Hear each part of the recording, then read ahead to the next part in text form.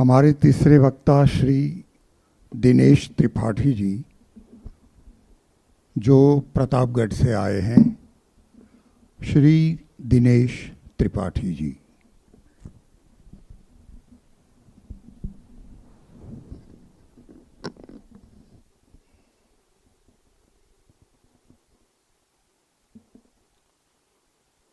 बोलिए भक्त वत्सल भगवान की। और धीरे से बापू कहते हैं धीरे धीरे बोल, कोई सुन न ले। बोलिए भक्त वत्सल भगवान की। या सृष्टि सृष्टुराद्या वहति विधिहुतं या विरया च होत्री। ईद्वै कालं विधत्य श्रुति विषय गुणाया स्थिता व्याप्य विश्वम्। या माहो सर्वबीज प्रकृतिरिति यया प्राणिनः प्राणवन्तः। प्रत्यक्षाभिः प्रपन्नस्तनुभिरवतु वस्ताभिरष्टाभिरीशः।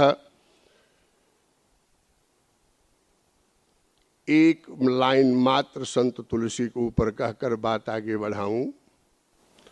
यद्यपि निरीह निखिलेश्वर नियंता तुम, निर्मल निरंजन तुम्हारी सब माया है। आदि कवि से लेकर आज तक देखो नाथ, सुयश तुम्हारा मंद होता चला आया है।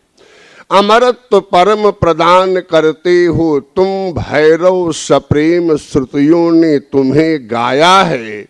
राघव विचार कर संकुचित होंगे, आपकी तुलसी ने आज तुम्हें अमर बनाया है। इसलिए जब तक सूरज चांद रहेगा, अरु सागर में पानी, तब तक बाबा अमर रहेगी तेरी राम कहानी। बोलिए सियावर रामचंद्र की।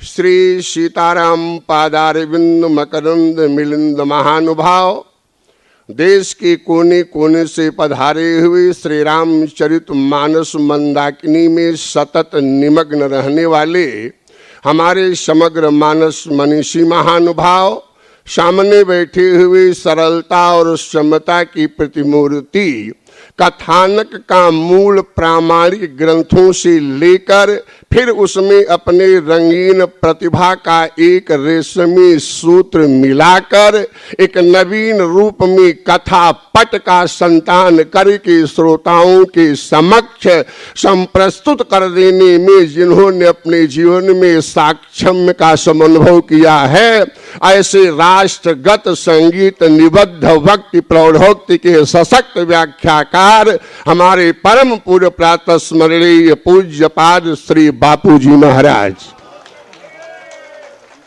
बगल में बैठे हुए सतुआ बाबा का नाम हमने यहीं सुना और यहीं देखा, लेकिन सचमुच जब मैं आपको देखता हूं तो निरंतर आप बापू का मुंह ऐसे निहारते रहते हैं जैसे लक्ष्मण भरत और शत्रुघ्न राम का मुंह बिलोकते रहते हैं। ये प्रभु मुखा कमाला अरे बिलोका तारा ही, ये कबहू कृपालु हम का छूका ही।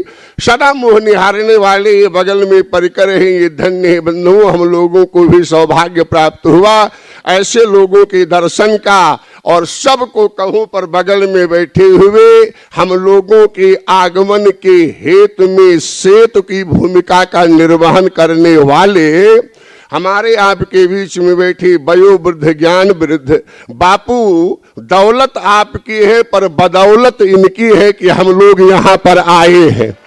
इसलिए मैं साधुवाद और धन्यवाद दूंगा और बड़े संक्षिप्त शब्दों में बड़े संक्षिप्त शब्दों में बहुत कुछ कह देने की सामर्थ्य रखने वाले, संचालन के गुरुतर दायित्व का बखूबी निर्वहन करने वाले हमारे परम सम्माननीय श्री भैया हरीश जी, मैत्रेयी, गार्गी, अनुसुईया, सीता, सती, सावित्री की सतत काल से चली आ रही परम पुनीत परंपरा में अनुप्राणित अर्चनीय वंदनीय माताओं एवं बहनों, आइए बंधुओं, समय की परिधि में हमारा एक शिष्य है, अभी उसने कहा महाराज आप 10 मिनट में क्या कह पाओगे। हमने कहा महोदय, अगर द्रौपदी का एक वाक्य कि अंधे के अंधा ही होता है, इस एक वाक्य से इतना बड़ा महाभारत खड़ा हो सकता है, तो क्या विचारक के एक वाक्य से जीवन में परिवर्तन नहीं हो सकता। एक वाक्य पर्याप्त है, इतना ढोने की क्या जरूरत है।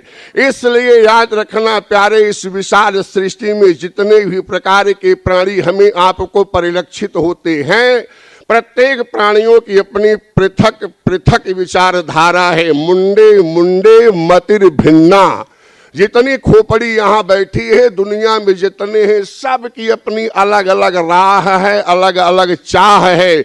इसी दुनिया का कोई व्यक्ति अपने को ऐश्वर्य संपन्न होने के नाते सौभाग्यशाली माने बैठा है, इसी दुनिया में कोई व्यक्ति अपने को सौंदर्य संपन्न होने के नाते सौभाग्यशाली माने बैठा है।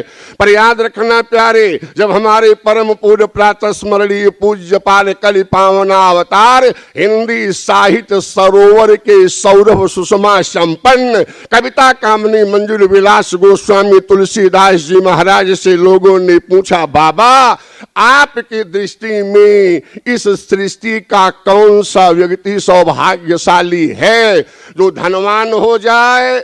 संत तुलसी ने मानस में सिर हिला दिया, बोले नहीं। बोले जो बलवान हो जाए, संत तुलसी ने सिर हिला दिया, बोले नहीं। बोले जो विद्वान हो जाए, संत तुलसी ने सिर हिला दिया, बोले नहीं। जब सब इनकार करते चले गए तो बाबा तुलसी ने पूछा कि आपके दृष्टि में ये धनवान सौभाग्यशाली नहीं। गोस्वामी जी ने कहा मेरे शब्दों पर ध्यान देना प्यारे, मैं धनवान की निंदा नहीं कर रहा, चूंकि बिना धन के धरती पर धर्म भी होने वाला नहीं है। पर याद रखना धन की कैटेगरी है, इसीलिए धनवान होना ही सौभाग्यशाली का लक्षण नहीं। बाबा तुलसी ने कहा यदि केवल धनवान हो जाना व्यक्ति के सौभाग्य का लक्षण होता तो त्रेता में दुर्दांत दैत राक्षस राज रावण के पास जितना धन था उसका कलयुग में दशांश भी न किसी के पास है, और भविष्य में होने की कोई संभावना नहीं है। कितना धन था रावण के पास मालूम? 1 सेकंड में सुनना, थोड़ा समय कम है इसलिए स्पीड राजधानी की रहेगी, पकड़िएगा ध्यान से। बाबा तुलसी ने रावण के वैभव का बखान करने में रचमात्र भी अपनी लेखनी को रोका नहीं, और ऐसे समय पर वर्णन किया है जब अशोक वाटिका में बंदनी जनक नंदनी अपने प्राणनाथ अनाथ के नाथ रघुनाथ दीनानाथ विश्वनाथ के विरह वियोग जन्य तीव्र ताप से संतप्त होकर वैदेही लंका में रुदन कर रही थी। इधर से हमारे पराक्रम के प्रयागराज पवन पुत्र अनंत बलवंत संत हनुमंत भगवती सीता को खोजने के लिए लंका में जा रहे थे, पर लंका में प्रवेश करने के पहले अंदनीलाल पर्वत के ऊंचे शिखर पर चढ़ गए, और वहां से जब उन्होंने रावण की 400 कोस की लंका नगरी का निरीक्षण किया तो कैसे लगी रावण की लंका हनुमान को। सुंदरकांड का प्रत्येक अध्येता जानता होगा, कनक कोट विचित्र मणिकृत सुंदरायतना घना चहुहट्ट हट्ट सुबट्ट बीथीम चारु पुर बहुविधि बना गजबाज खच्चर निकर पदचर रथ बरूथन को गनय बहुरूप निश्चर जूथ अतिबल सेन वर्णत नहीं बनय वन बाग उपवन बाटिका सरकूप बापी सोहही नर नाग सुर गंधर्व कन्या रूप मुनि मन मोही कनक कोट। सोने की कोट थी कितनी दूर में? 400 कोस में। कितना सोना हुआ? 2-4-10 क्विंटल। आज का नौजवान अगर 2 तोले की सोने की जंजीर गले में पहन लेता है तो शर्ट की सारी बटन चटाचट खोल देता है। हमको देखें या ना देखें पर जंजीर जरूर देख लें। पर याद रखना, 2 तोले की सोने की जंजीर गले में पहनकर सड़क पर सीना तान कर चलने वाले महानुभाव, अगर ये तुम्हारी 2 तोले की सोने की जंजीर रावण की 400 कोस की सोने की लंका में उठा करके फेंक दी जाए तो टार्च से ढूंढने के बाद भी मिलने वाली नहीं है। पर ईमानदारी से बताना, 400 कोस की सोने की लंका का सम्राट लंकाधिपति रावण हाय भाग्यवान। एक शब्द पूछता हूं, ज्यादा नहीं है, महुआ की परम पुनीत धरती है। रावण धनवान था, बलवान था। अभी यही कोई महुआ का बहुत धनवान व्यक्ति आवे, आप उसकी तुलना करते हुए कह दीजिए आइए धनवान रावण जी पधारिए, तो नाराज होगा कि खुशी है? क्यों नाराज होगा? रावण से ज्यादा धन है क्या? कोई पहलवान आवे, उसको कहिए आइए बलवान रावण जी पधारिए, तो नाराज हो जाएगा। लेकिन अगर यही महुआ का कोई पहलवान आवे, आप उसको कह दीजिए आइए महावीर हनुमान जी पधारिए, तो छाती फूल के छाता हो जाएगी। याद रखना, हनुमान जी के साथ तुलना सुनना चाहता है पर रावण के साथ नहीं सुनना चाहता। धनवान तो रावण भी था प्यारे, और याद रखना उसने पाई हुई संपत्ति का कितना दुरुपयोग किया है आपको सुनाऊंगा। कोई चीज किसी के पास हो जाना वो महत्वपूर्ण नहीं है, पाई हुई वस्तु के सदुपयोग और दुरुपयोग पर वो बात निर्भर करती है। पाई हुई वस्तु का सदुपयोग ही देवत्व है, अपाई हुई वस्तु का दुरुपयोग ही असुरत्व है।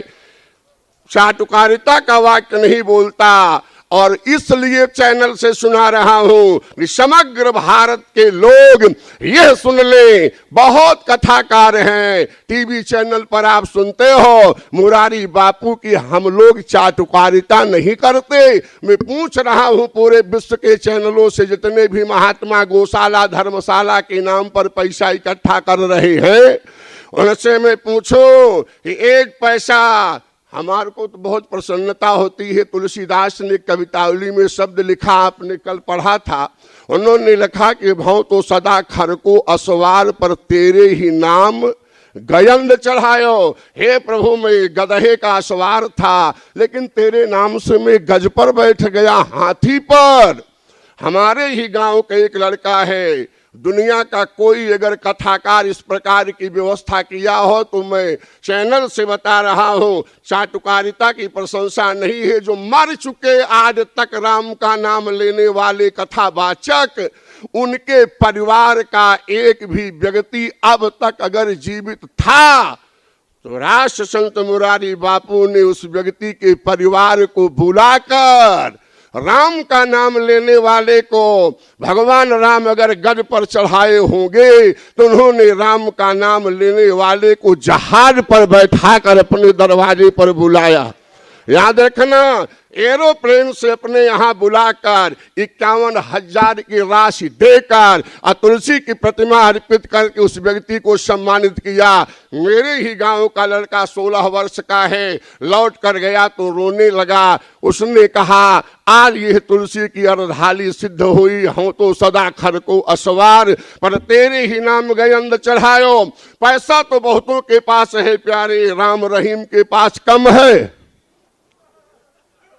पैसा राम रहीम के पास भी, रामपाल की तो कुर्सी पे एसपी बैठने के लिए लालायित था। एक का तो नाम ही नहीं बताऊंगा, आप ही के यहाँ के हैं। इसलिए याद रखना, पैसा होना कोई महत्वपूर्ण बात नहीं है, पैसे का सदुपयोग। इसलिए एक बात सुन लेना, समय उधर न जाए, बहुत बढ़िया बात जाते जाते हमारे पंडित विद्यासागर जी कह डाले। इन्होंने कहा न अर्थ चाहिए, न धर्म चाहिए, न काम चाहिए, न मोक्ष चाहिए, केवल राम चाहिए। श्रीवध के एक बहुत बड़े उच्च कोण के संत थे, उनका नाम था बाबा बिहारी दास।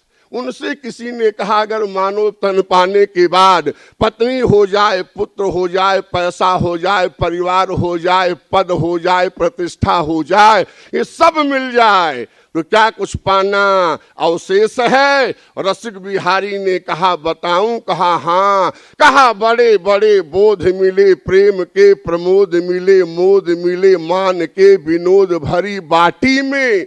अरे वेदन के अंग मिले, राग और रंग मिले, साधुन के संग मिले, घनी घनी घाटी में। कहत बिहारी, भला भोग भामिनी भी मिली, सोने के प्रसंग मिले, रत्न जड़ी पाटी में। ऊंचे धवल धाम मिले, ग्राम मिले, दाम मिले, लेकिन राम ना मिले तो सब काम मिला माटी में। सब मिला, और अगर वही ना मिला, इसीलिए रावण जब मरा है तो 5 मिनट चुके हैं, इसलिए बात आगे बढ़ जाएगी। मंदोदरी अपने मांग के सिंदूर को पोंछ दी, हाथ की चूड़ियों को आपस में लड़ाकर फोड़ दी, और जिस समय रावण की लाश पर आकर मंदोदरी छाती पीट पीट कर रोई है। मेरे यहाँ जितने भी प्रेमी कथाकार हैं, मेरे जानते हैं मेरी शैली कथा कहने की। अगर मैं उसको पूर्ण रूप में सुना दूं तो शायद यहाँ का एक भी श्रोता आंसू गिराए बिना नहीं रह सकता। प्यारे, इतना रोई मंदोदरी की श्री राम का हृदय पिंड पिघल गया मंदोदरी के करुण क्रंदन से। एक क्षण के लिए तो मेरे राघव को लगा कि कहीं तारा की तरह मंदोदरी भी तो उलाहना नहीं देगी, पर ऐसा उसने नहीं किया। उसने साड़ी के आंचल से अपने आंसुओं को पोंछा और अपने मृत पति रावण को संबोधित करती हुई लंका के रणांगण में मंदोदरी कहती है, मेरे प्रियतम, मैंने आपके साथ जीवन जीते हुए आपका वह भी दिन देखा था जब आप अपने 10 सिर पर सोने का मुकुट बांधकर 9 ग्रहों को 9 सीढ़ियां बनाकर 10वीं सीढ़ी पर पैर रखकर दशानन आप सिंहासन की शोभा की वृद्धि किया करते थे। तो आपके आजू बाजू में खड़े होकर ये देवता लोग हाथ जोड़कर आपकी भ्रिकुटी को देख कर थर थर थर कांपा करते थे। कर जोरे सुर दिशिप विनीता, भ्रिकुट बिलोकत सकल सभीता। मेरे प्रीतम, मैंने आपका वह भी दिन देखा था जब कभी आप राजमहल से निकलकर सिंहासन पर बैठने के लिए वाहन के अभाव में पैदल चलते थे, तो आपके पैर की ठोकर से ये अचला धरती वैसे ही कांप जाया करती थी जैसे कोई मतवाला हाथी किसी छोटी सी नौका पर पैर रख दे तो नाव डगमगाने लगती है। पर मेरे प्रियतम, आप इतने धनवान थे, इतने बलवान थे, इतने विद्वान थे, सब तो था आपके पास। क्या थी दुनिया की ऐसी चीज जो आपने ना पाया हो? सब तो पाया, पर यह दुर्दिन देखने को क्यों मिल रहा है कि आज आपकी लाश पर आंसू गिराने वाला भी कोई कुल खानदान में नहीं बचा। ये बात समझ में नहीं आती। पहले प्रश्न की है, लंका कांड पढ़िएगा, बाद में अपने आप उत्तर उसकी समझ में आ गया। ओह, अब मैं जानी मेरे नाथ, आपने अपने जीवन में सब पाया। अफलातून दार्शनिक ने बापू एक वाक्य लिखा है, अगर समझ में एक वाक्य लोगों के आ जाए तो मेरा कहना सार्थक होगा। एक संत ने कहा, ए सरकार, उन पर वह लोग हंसते हैं। किन पर? बोले, जिनके पास आपको छोड़कर कुछ भी नहीं है, उन पर वह लोग हंसते हैं जिनके पास आपको छोड़कर सब कुछ भरा पड़ा हुआ है। इसलिए याद रखना प्यारे, मंदोदरी कहती है, प्रियतम मैं समझ गई, सब आपने पाया, लेकिन क्या है? बोले, आपने अपने जीवन में एक को वह महत्व नहीं दिया जो देना चाहिए था। एक का मूल्य आपने नहीं समझा। और इस कैलाश के पवित्र पंडाल में पहुंचे बैठे हुए सुधी श्रोताओं, एक निवेदन करूं, pay attention to what I से। थोड़ा इसी बात पर समापन कर रहा हूं 3 मिनट के अंदर। जो मंदोदरी ने कहा, मैं तो ये कहूंगा, अगर वही प्रत्येक श्रोता गांठ बांध कर रख ले तो कथा का सुनना सार्थक हो जाएगा। मंदोदरी ने कहा, मेरे प्रियतम, आपने एक के मूल्य को नहीं समझा, आप भी एक का मूल्य समझना। मैंने लिखा एक, और दाहिने बगल में एक जीरो लगाया तो कितना हुआ, और 2 जीरो लगाया तो 3 लगाया तो। एक जगह मैं यही से पूछता रहा, एक छोटा सा लड़का था, अरब तक बता ले गया, अरब तक। हमने कहा बेटा 1 जीरो और बढ़ा दूं तो उठकर खड़ा हो गया, बोले पंडित जी अरब के बाद तो ईरान ही आता है, इससे ज्यादा हम नहीं जानते। तो हम समझ गए लड़कों से कुछ पूछना भी नहीं ठीक। मास्टर ने पूछ लिया लड़के से तो किस दिन पैदा हुआ था, तो लड़के ने कहा सोमवार को। लड़कों उलट कर पूछ दिया मास्टर साहब आप किस दिन पैदा हुए थे, उन्होंने कहा रविवार को। कहा झूठ बोल रहे हो, कहा क्यों, कहा रविवार को तो छुट्टी होती है, छुट्टियां में कहां से पैदा हो गए। अब उसको क्या मालूम कि इसको छुट्टी से क्या लेना देना है। पर याद रखना मैंने लगाया 1, अब बगल में 1 जीरो लगाया तो 10, 2 जीरो लगाया 100, 3 जीरो लगाया 1000। अब जीरो बढ़ाते जाइए, 1000 का लाख, लाख का करोड़, करोड़ का अरब, अरब का खरब, खरब का नील, नील का पदम, पदम का शंख, शंख का महाशंख होता जा रहा है। ये जीरो की वैल्यू है। लेकिन अब सुनना, बगल में जो 1 लगा हुआ है उसी को हटा लो, अहमदाबाद तक जीरो लिखो, कितना हुआ, हाँ? जीरो को लकवा मार गया। अब क्या हो गया जीरो को, जीरो का मूल्य था, घड़ी का ध्यान है, घंटी बजानी पड़े ऐसा वक्ता नहीं हूं। इसलिए याद रखना, हमको आप बर्खास्त करें इसके पहले इस्तीफा देना जानता हूं। इसलिए अंतिम बात सुनना, 8 जब क्रॉस करने लगेगा तब बंद करूंगा। अभी 2 मिनट बाकी है, बोलिए सियावर रामचंद्र की। तो ध्यान से सुनना, 1 जीरो धनवान, 1 जीरो बलवान, 1 जीरो विद्वान। इस जीरो का मूल्य है, इस जीरो की वैल्यू है, इस जीरो का महत्व है। लेकिन कब तक, जब तक उसके बगल में 1 लगा हुआ। अगर 1 हट गया तो जीरो जीरो। मंदोदरी ने कहा मेरे प्रियतम आपने जीवन में जीरो का कलेक्शन तो खूब किया, लेकिन बगल में 1 को जगह। अब 1 कौन है, दुनिया जानती है, कलोरड़ी यान है, कर तुम अन्यथा कर तुम, सर्वतंत्र स्वतंत्र सर्वाधार जगदाधार सर्वेश्वर अखिलेश्वर परमेश्वर परमात्मा। आज की भाषा में omnipotent, omniscient, omnipresent, almighty God, छूछी भरी भरी ढरकावे जस चाहे तस फेर भरावे, सर्व समर्थ है राम। इसलिए मंदोदरी कहती है मेरे प्रियतम बात समझ में आ गई, क्या कहा राम विमुख आशा, अरे हाल तुम्हारा राहना को कुल, अरे रोवानी हारा। एक राम को आप अपने जीवन में वह स्थान नहीं दिया जो देना चाहिए था, परिणाम सामने है।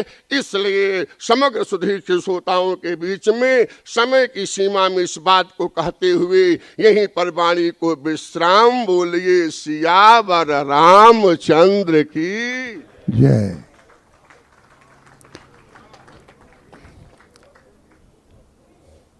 महामंडलेश्वर पूज्य श्री रामकृष्ण